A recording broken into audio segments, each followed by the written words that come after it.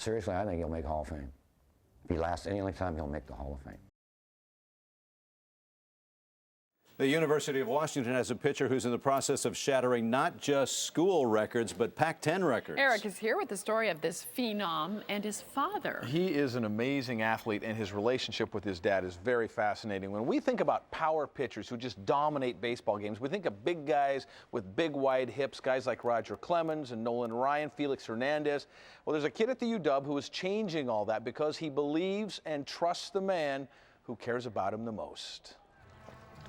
This kid pitches fast. Kids in the bullpen are in awe of it. He's the big unit. Students of the game are drawn to it.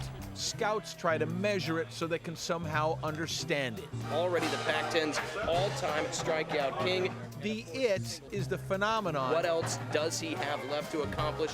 Bordering on legend. And pitching for your Diamond Dogs. Of record-shattering Husky pitcher. A junior from Renton, Tim Lincecum. Tim Lincecum.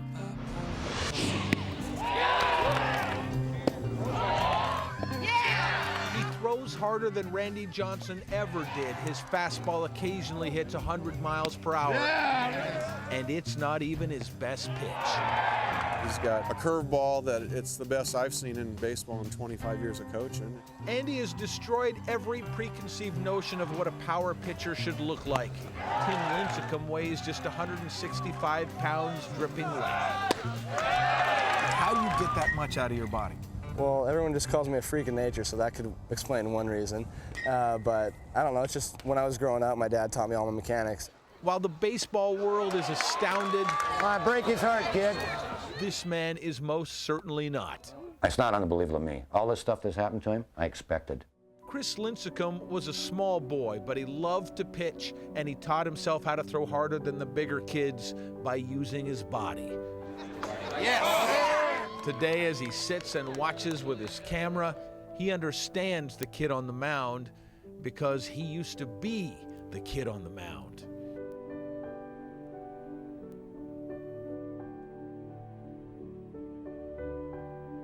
Even after his own pitching days were over, Chris was obsessed with the art form of using the human body as a catapult. He developed theories, coached kids, studied the game. If my shoulders are going at this angle, 3/4, then I want my arm angle going the same. My whole body is releasing. I'm throwing my hips. I'm getting over the top. And then my upper body now can release and finish. For years, he caught Tim in the backyard, the same way his dad caught him in the backyard. The similarities in form are striking. The father and the son, the teacher and the student, and none of it is an accident. Identical, according to all my old catchers. I just think he's just better. And he's supposed to be better, right? He has videotaped every game Tim has pitched in Seattle since he was 6 years old. The teacher looks back now at images of his masterpiece in its early stages. Now, here he's 12 or 13. And even he has to marvel. Excellent. See that leg kick in the back with the leg kicked up over the top? Seriously, I think he'll make Hall of Fame. If he lasts any length of time, he'll make the Hall of Fame. And you can mark that one down because he's that talented. Even now, during the game, the dad coaches body mechanics from behind home plate. I'll give him signals, and something like this means he's going too much this way, too much left to right. It's kind of our sign language, just like talking without having to. The masterpiece is almost finished now. The Major League Baseball draft is coming up. He just knew so much and just passed it on to me. Tim will be a first-round pick. He knows that he'll be carrying the dreams of two men with him into professional baseball. Doesn't every son want to make their dad proud and stuff? I really believe he has got a shot at the Hall of Fame. I hope I live long enough to see it. So do I. It's this amazing partnership, and it only works if Tim trusts his dad as much as his dad believes in Tim, and it's just a great thing to watch. I know one team that would like to have him. The Seattle Mariners. Thank you. We'll be right back. Lincecum has now opened up his season with 16 scoreless innings.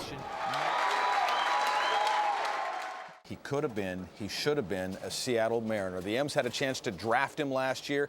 They passed on this local guy because of the age-old baseball prejudice against guys who don't happen to be 6'4", 220. They said he's too small. The Giants did draft him, and last night he made his pro debut at home in front of his friends and family. It's a half hour till game time. There's a sweet anticipation hanging in the air. And into Cheney Stadium strides the proudest dad in the state. Before long, kids who really know baseball show up, and old high school buddies and aunts and uncles. For others, this is a chance to see something raw and very special before the rest of the world catches on. Check out Tim Lincecum.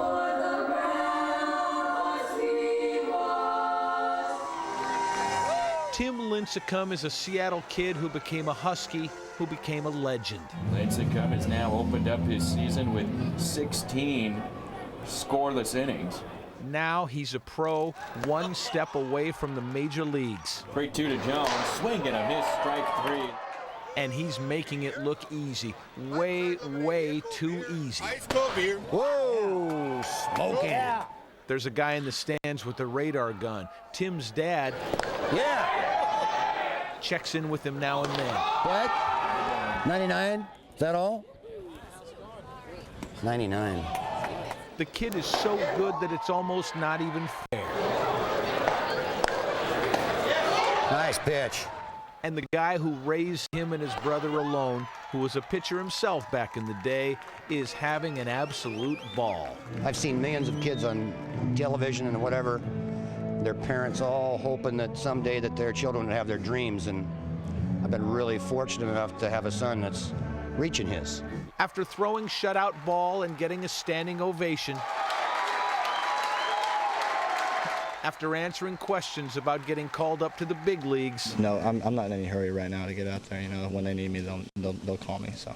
He poses with fans, signs autographs. Oh, it was an excellent game. And hears familiar voices. It's a boy right there. I know. All the way. He's the best pitcher right now. Best pitcher in the AAA. For the lucky ones and the special ones, even when you're on your way to the big leagues, there's no place like home. Connie, so far in 3 games, Tim hasn't given up a single run. He struck out 28 hitters in 19 innings. He's that good. He's electric. And the Mariners could have, should have had him. Never underestimate Ticks the short me off. guy. That's it, right. All Look out for the short guys. Thank you, Eric.